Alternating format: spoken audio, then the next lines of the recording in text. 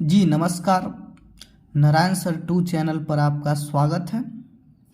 फिर से आज उपस्थित हुए हैं संस्कृत के VVI गेस क्वेश्चन लेकर के कि बाकी 8 दिनों में हम कैसे 90+ नंबर लाए, उसका स्ट्रेटजी हम बता रहे हैं। क्या पढ़ के जाए, किसको छोड़ दे, किसको पढ़े। तो चलिए बिना देर किए हम शुरू करते हैं अपना टॉपिक। सबसे पहले वस्तुनिष्ठ प्रश्न जो 50 नंबर के पूछते हैं उसको कैसे करें। तो देखिए, वस्तुनिष्ठ प्रश्न के लिए आप पिछले साल के 2022 के, 2021 के, 2019 के, 2019 के, 2018 के, ये सभी क्वेश्चन को जितने भी परीक्षा में आए हुए हैं पिछले बोर्ड एग्जाम में, उसको बार बार याद कीजिए, बार बार रिवीजन कीजिए। और इसके अलावा जितने भी आपको ऑब्जेक्टिव क्वेश्चन मिलते हैं, या बुक से हो या गाइड से हो, उसको बार बार पढ़िए। ये 50 नंबर आपका फिक्स हो जाएगा। अब बात करते हैं किताब से। किताब में 14 चैप्टर है और सेकेंड बुक से भी आता है। तो हम कौन कौन से चैप्टर करें से हमारा जो 16 नंबर है, 16 नंबर फिक्स हो जाए। चलिए, इसके लिए हम 10 चैप्टर करेंगे और 10 चैप्टर से हमारा 16 नंबर फिक्स हो जाएगा। तो चलिए हम जानते हैं वो चैप्टर कौन कौन से हैं। पहला है पाटलिपुत्र। पाटलिपुत्र जो चैप्टर है उसको अच्छा से कीजिए, उससे भी क्वेश्चन आने की संभावना है। अलस कथा, संस्कृत साहित्य लेखिका, संस्कृत साहित्य में लेखिका का। अगला संस्कार, अगला नीति श्लोक, कर्मवीर कथा, मंदाकिनी वर्णन, व्याघ्र पथिक कथा, शास्त्रकारा, दयानंद सरस्वती तथा दानवीर कर्ण। इतना ये अगर 10 टॉपिक को कर लेते, 10 चैप्टर को कर लेते हैं तो 16 नंबर पक्का हो जाएगा। और क्वेश्चन इससे आते हैं और क्वेश्चन इसी से ही आएंगे। अब देखते हैं अनुच्छेद। अनुच्छेद जो 7 मार्क्स का पूछा जाता है, 7 मार्क्स का जो अनुच्छेद पूछा जाता है, अनुच्छेद कौन कौन करके जाए, कौन कौन नहीं करे, कौन कौन करे।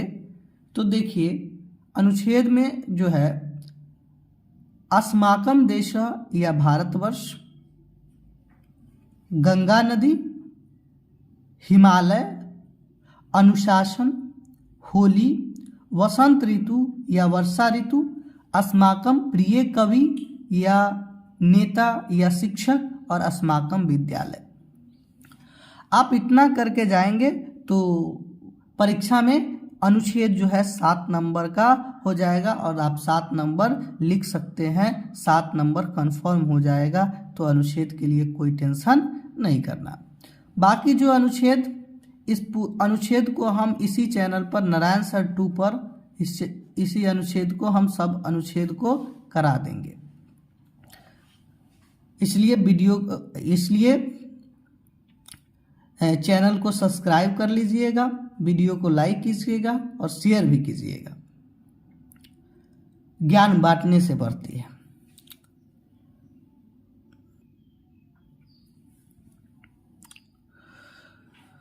बाकी अपठित गद्यांश जो है 13 नंबर के पूछते हैं। देखिए, अपठित गद्यांश जो 13 नंबर के पूछते हैं, उसमें अगर आपसे पूछा जाए एक पद में उत्तर देने के लिए तो एक शब्द में ही देना होता है, ज़्यादा नहीं लिखना है। कोई भी अपठित गद्यांश हो उसमें ज़्यादा नहीं लिखना है, जितना पूछे उतना ही लिखना है, नहीं तो नंबर काट लिया जाता है। तो देखिए, अपठित गद्यांश के लिए क्या करें। अपठित गद्यांश के लिए भी पिछले साल का क्वेश्चन उठाइए और उसका अधिक से अधिक अभ्यास कीजिए। अपठित गद्यांश भी 13 नंबर का है, तो 13 नंबर फिक्स हो जाएगा। और अपठित गद्यांश में आप जितना सही लिखेंगे उतना नंबर मिलता है। संस्कृत ही है जो मैथ की तरह नंबर देता है। तो अपठित गद्यांश अगर 13 मार्क्स का लिखते हैं तो आपको 13 में 13 मिलेगा, एक भी नंबर नहीं काटा जाएगा। चाहे आपका राइटिंग कैसा भी हो, बस सही लिखना है, शुद्ध लिखना है। आगे है अनुवाद। अनुवाद जो है 6 मार्क्स का पूछा जाता है। तो अनुवाद क्या, कौन कौन अनुवाद करे, कौन कौन नहीं करे, किसको करना है, किसको छोड़ना है, तो इसके लिए हम 50 अनुवाद जो है इसी चैनल पर नारायण सर 2 पर करा देंगे, जो VVI होगा और उसी में से ही क्वेश्चन 6 गो आ जाएगा। इसलिए आप इस चैनल पर जा करके अनुवाद देख लेंगे। आगे है आवेदन पत्र और पत्र लेखन। आवेदन पत्र संस्कृत में 4 नंबर का पूछता है और पत्र लेखन 4 नंबर का पूछता है। तो आवेदन पत्र जो है कैसे लिखे और पत्र लेखन कैसे लिखे, इसको जो है हम बताए हुए हैं इसी चैनल पर। वो 5 मिनट का वीडियो है, उसको जाकर देख लीजिएगा, तो उसको आपको आवेदन पत्र और पत्र लेखन लिखने आ जाएगा। अब व्याकरण का बात है, तो व्याकरण में है कौन कौन चीज करके जाना है। संधि कीजिए, समास कीजिए, प्रत्यय कीजिए, उपसर्ग कीजिए। अब बात है संधि में क्या करें, कौन संधि को हम अच्छा से करें। देखिए संधि में जो है स्वर संधि जो है, स्वर संधि को अच्छे से कीजिए, स्वर संधि को अच्छे से करके जाइए। स्वर संधि में ही आपके 5 भेद हो जाते हैं, गुण संधि, यंग संधि, आयादी संधि आदि संधि जो है स्वर संधि के भेद है। इसको बहुत अच्छे से करके जाइए और बाकी का एग्जाम्पल देख लीजिए, संधि का नहीं छूटेगा क्वेश्चन। अब रही बात समास, प्रत्यय, उपसर्ग। समास में क्या करें। समास के 4 भेद हो जाते हैं संस्कृत में, जिसमें तत्पुरुष समास हो जाते हैं, अव्ययी भाव समास हो जाते हैं और द्वंद्व समास और बहुब्रीहि समास होते हैं। तो इस और एक बात, तत्पुरुष समास में ही द्विगु समास तथा कर्मधारय समास आते हैं। इस सब का जो नाम बताया है, इसका अधिक से अधिक प्रैक्टिस करके जाइए, अधिक से अधिक वस्तुनिष्ठ प्रश्न को बना के जाइए, क्वेश्चन यहीं से आएंगे।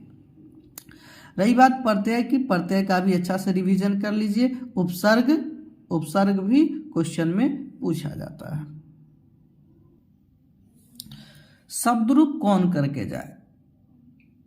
देखिए शब्दरूप ज्यादा नहीं करता है, एक बालक कर लीजिए या देव कर लीजिए या राम कर लीजिए, दूसरा लता कर लीजिए, तीसरा नदी कर लीजिए, चौथा युष्मद या अस्मद कर लीजिए।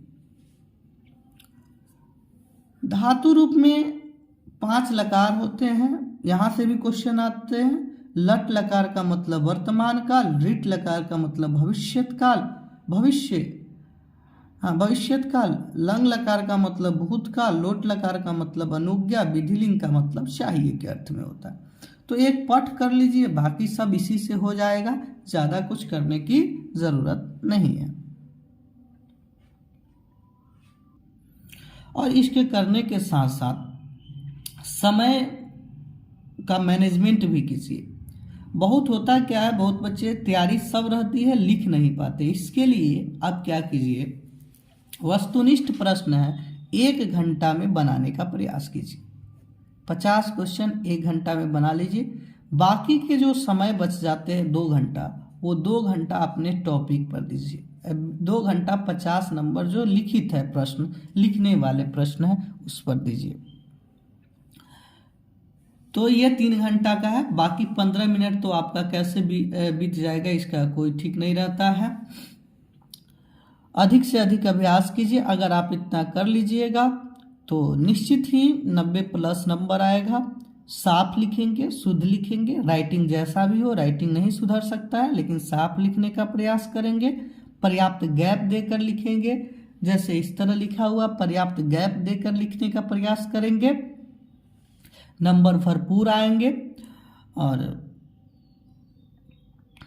वीडियो को अधिक से अधिक लाइक कीजिए, सब्सक्राइब कीजिए, शेयर कीजिए। कहते हैं ना, शेयर ज्ञान बांटने से बढ़ता है, इसलिए वीडियो को अधिक से अधिक सब्सक्राइब कीजिए, लाइक कीजिए और शेयर कीजिए।